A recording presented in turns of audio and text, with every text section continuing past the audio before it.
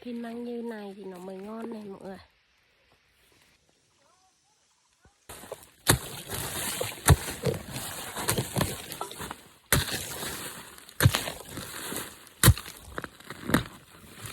Măng như này thích cực kỳ luôn mọi người ạ. Đó.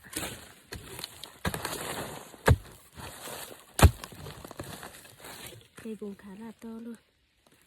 Này đi thì đỡ đeo túi thôi, không cần điệu nữa.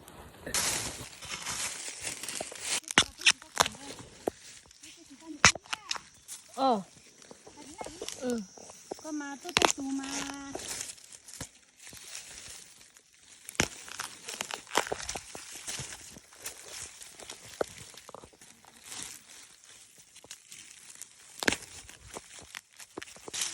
Dạ.